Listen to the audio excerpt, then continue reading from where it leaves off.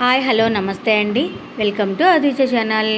ముందుగా బ్రహ్మర్షి పితామహ పత్రిజీ గారికి నా ఆత్మ ప్రణామములండి. శ్వాస మీద ధ్యాస అనే జ్ఞానాన్ని మనకు అందించిన మహానీయుడతను.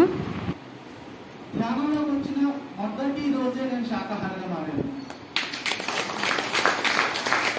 చేసింది 5 నిమిషాల ధ్యానమే, కానీ ఆ రోజే నిర్ణయం తీసుకున్నాను, ఈ రోజు నుంచి నేను వెజిటేరియన్గా మారాను.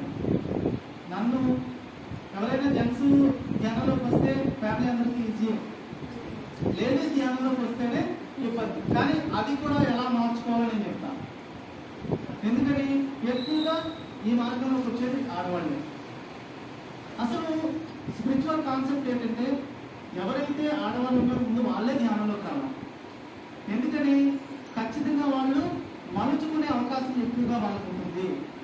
కుటుంబం బయటికి భర్త అయినప్పటికీ కూడా కుటుంబాన్ని, ఆ ధర్మాన్ని అంతటినీ కూడా బ్యాలెన్స్ చేయాలంటే లేడీస్ పని కదా. అసలు ఆ లేడీసే ధ్యానంలోకి వస్తే ఏమవుతుంది, ఆమె దేవత అయిపోతుంది, ఆ ఇల్లు దేవాలయం ఉంటుంది. ఆమె ఆ దేవత అవ్వడం కోసమే ఈరోజు మనం ఈ 41 రోజుల ధ్యాన యజ్ఞం చెప్పాలండి. ఈ 41 డేస్లో ఒక్కొక్క సీనియర్ మాస్టర్లు ఒక్కొక్క అద్భుతమైనటువంటి సబ్జెక్ట్తో మీ ముందుకు వచ్చి వారి దగ్గర ఉన్నటువంటి ఆ నాలెడ్జ్ని గుర్తుపెట్టుకోండి. సీనియర్స్ చెప్పిన తర్వాత ఆ క్షణంలో అర్థమవుతుంది. కొంతమంది చెప్పిన ఆ సబ్జెక్ట్ అర్థం కాకపోయినా మన జీవితంలో ఏదో ఒక సంఘటనలో మనకి ఇబ్బంది కలిగినప్పుడు ఖచ్చితంగా ఆ యొక్క వాక్ ఏదైతే ఉందో మనకు పనికొస్తుంది. దాన్ని చాలకుల నుండి శాస్త్రుల వరకు అనే కాన్సెప్ట్ చెప్తాను. ఇప్పుడు ఫస్ట్ 6 పాయింట్స్ చెప్తాను. మీ అందరికీ తెలుసు ధ్యానం అంటే ఎలా చేయాలో ఆల్రెడీ మీరిద్దరూ అక్క చెల్లెలు చాలా చక్కగా మీకు చెప్పారు.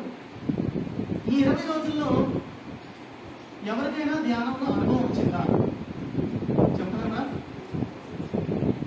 చెప్పండి. మీరు ఆల్రెడీ సీనియర్, వెరీ గుడ్, చెప్పండి. గంధం వాసన బాగా వచ్చింది. ఓకే, గంధం వాసన బాగా వచ్చింది. తర్వాత సంపెంగ పువ్వు వాసన చూస్తే ఏంటి ఇలా వస్తుంది అని అనుకున్నారు. ధ్యానంలోనే అనుకున్నారు అనమాట.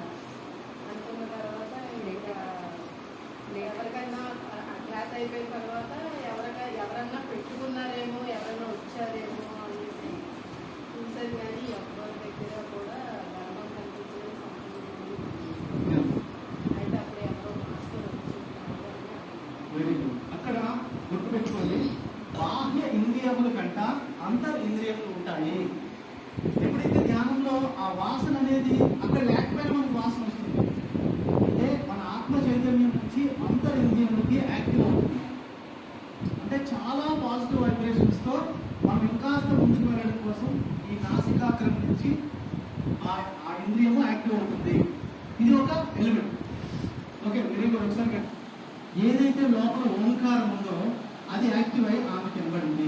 అంటే శూన్య స్థితిలోకి వెళ్ళినప్పుడు గుర్తుపెట్టుకోండి, ధ్యానం అంటే శ్వాస మీద ధ్యాస అనేది ఫండమెంటల్ మనం చెప్పిన తర్వాత సహజంగా ఆ శూన్య స్థితికి వెళ్ళి శరీరంలో ఉన్నటువంటి ప్రతి అనుభవం కూడా యాక్టివ్ అవుతుంది. శరీరంలో లోపల శబ్దాలు వినపడడం చాలా ఉంది, మీ అందరికీ తెలుసుకోవాల్సింది, కొత్త వాళ్ళందరికీ కూడా. అలాగే ఆమెకి లోపల ఉన్నటువంటి అంతర్ ఇంద్రియములతో కనెక్టివిటీ అవ్వడము, ఆ సౌండ్స్ వినపడడం అనేది జరుగుతుంది. చాలా మంచి ఎక్స్పీరియన్స్. ఓకే అండి, ఫస్ట్ 5 పాయింట్స్ మీకు చెప్తాను. స్పిరిచువల్ టాబ్లెట్లో మొదటి టాబ్లెట్ ఉంది, అందులో మొదటి 6 ఆల్రెడీ స్పిరిచువల్ టాబ్లెట్ చెప్పారా? ఓకే, ఫస్ట్ 6 చెప్తాను. మనం ధ్యానంలోకి అసలు ఏ విధంగా సాధన చేయాలి, కొత్తగా ధ్యానంలోకి వచ్చిన వాళ్ళు ఎన్ని రకాల సాధన చేయాలో చెప్తాను. ఫస్ట్ వ్యక్తిగత ధ్యానం. అంటే మీరందరూ ఇక్కడికి వచ్చి ధ్యానం చేస్తున్నారు. ఇక్కడికి వచ్చి ధ్యానం చేయడమే కాదు, ఇంట్లో ఎవరికి వాళ్ళు ఖచ్చితంగా ఎవరు కలిసి అంటున్న నిమిషాలు ధ్యానంలో కూర్చోవాలి. ఇక్కడికి వచ్చిన ధ్యానం యొక్క ఫలితం ఏంటో కూడా చెప్తాను.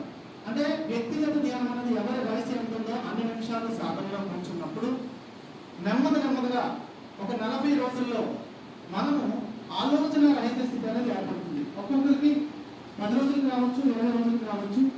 మనకున్నటువంటి ఆలోచన ప్రవాహాన్ని బట్టి, మన గత జన్మ సారాన్ని బట్టి ఒక్కొక్కరు మొదటి స్థితికి శూన్యంలోకి వెళ్తారు.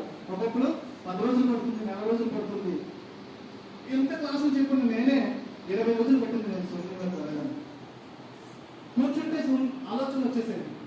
అయినా ఒక బలమైన సంకల్పం. అప్పటికి ఇలాంటి క్లాసెస్ లేవు. 16 సంవత్సరాల క్రితము అనకాపల్లి ఎవరు క్లాసులు చెప్తున్నారో తెలియదు. ఎక్కడ నర్సీపట్నం వెళ్ళి గణపతి వీరరావు గారు క్లాస్ ఆలోచించడం జరిగింది.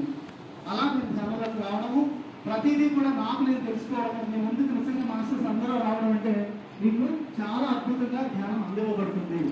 అంటే శిష్యులు సిద్ధంగా ఉన్నప్పుడు గురువు ప్రత్యక్షం అవుతాడు. అంటే మీ లోపల ధ్యానం తెలుసుకోవాలి, ధ్యానం చెయ్యాలి అని ఎప్పుడైతే మీకు అనిపిస్తుందో ఆటోమేటిక్ ఆ ప్రాంతం యొక్క ధ్యానం క్లాస్ అనేది వస్తుంది.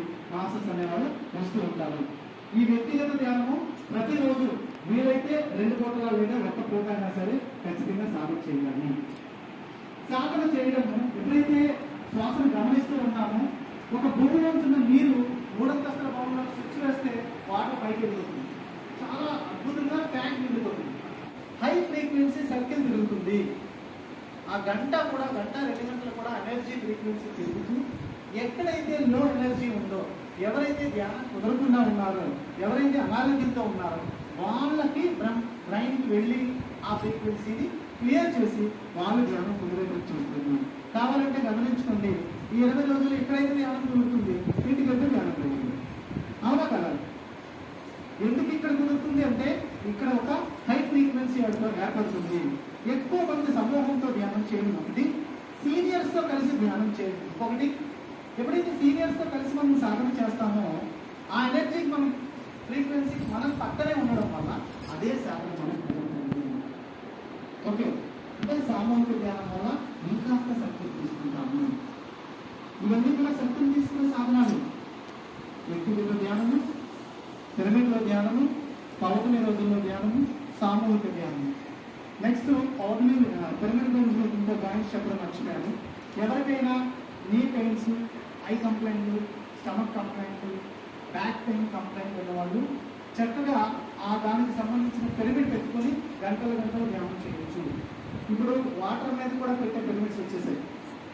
చక్కగా ఏదైతే పిరమిడ్ ఉందో ఆ పిరమిడ్కి వాటర్ బింది మనం కుండా వాడుతుంటాం.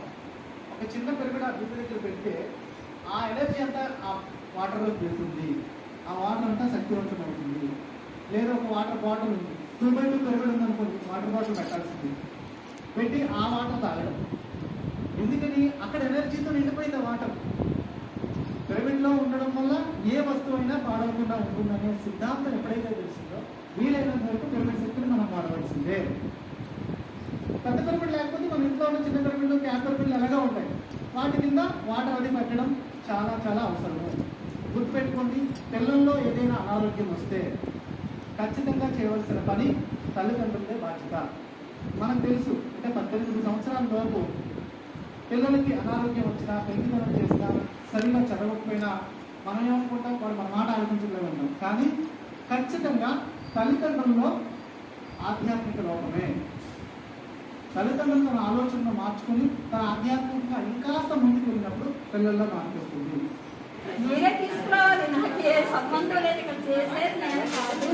అక్కడే పెట్టుకున్నాను మెసేజ్ కాకపోతే తీసుకొస్తాను. మీ అందరికీ కూడా థ్యాంక్ యూ. నేను ఎంత ఇన్ని సంవత్సరాలు బట్టి నేను ధ్యానం చేశాను, ఎప్పుడైనా ఆనందం పొందలేదు.